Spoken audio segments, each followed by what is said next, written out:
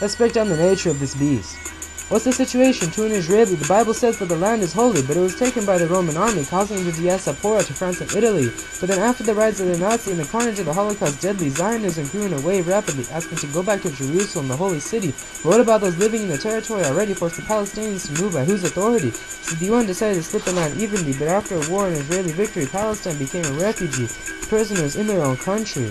So they fight back naturally. They simply ask for their liberty as well as the land and sovereignty they say was stolen unjustly. What can they do against the greatest military in the world, colonizing their home forcibly? While some fight back in a war bloody and commit acts that are condemnable only. Though an eye for an eye, said Hammurabi, that kind of trade only comes when you see the world blindly. Of despicable acts, both sides are guilty, and if we don't act now, the cycle continues endlessly until we salt the Middle East like Carthage empty. Hamas may be terrorists like a government enemy, and does that justify holding Palestinians indefinitely, throw them in jail without a trial nonchalantly? What happened to your constitution and democracy? Murderers pardoned like George Zimmerman on both sides, while you get 1,000 Trayvon Martins piling up in this ethnic partition. Whether about race or religion, death is a Scrooge like Charles Dickens, while officials sit high and mighty in London, drinking the tea imported from Ceylon, another legacy of imperial destruction. Yet, like calculus, we don't process the lesson. The only consequence of our intervention is the destabilization of the entire region.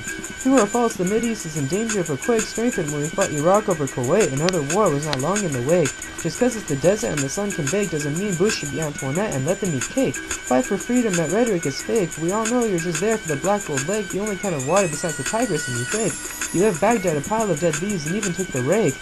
Bush got too big for his britches like a snuffleupagus, and he's not even a gentle giant like a hippopotamus, because if he had his way, the Mideast would be a sarcophagus from King Tut in Egypt to the Turkish Bosphorus. No trees grow to feed this American brontosaurus, and it's been 65 million years since we've seen a Tyrannosaurus. Drone strikes every day reduce homes to rubble and dust. The night skips dawn and goes straight to dust. A child is born of greed and lust. So potent it can cause a transformer to rust. This disjointed melody could kill Amadeus. All done for the oil, prime like Optimus. I ask you, Shell V Power, Exxon or Techron. You left this turtle without a shell. Isn't that just plain wrong?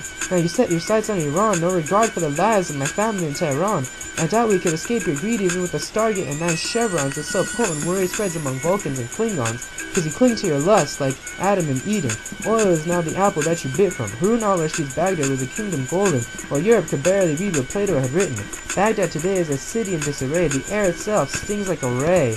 Not a ray of sunshine can penetrate the atmosphere. Each and every person is immobilized by fear. How can you idly sit back with your beer?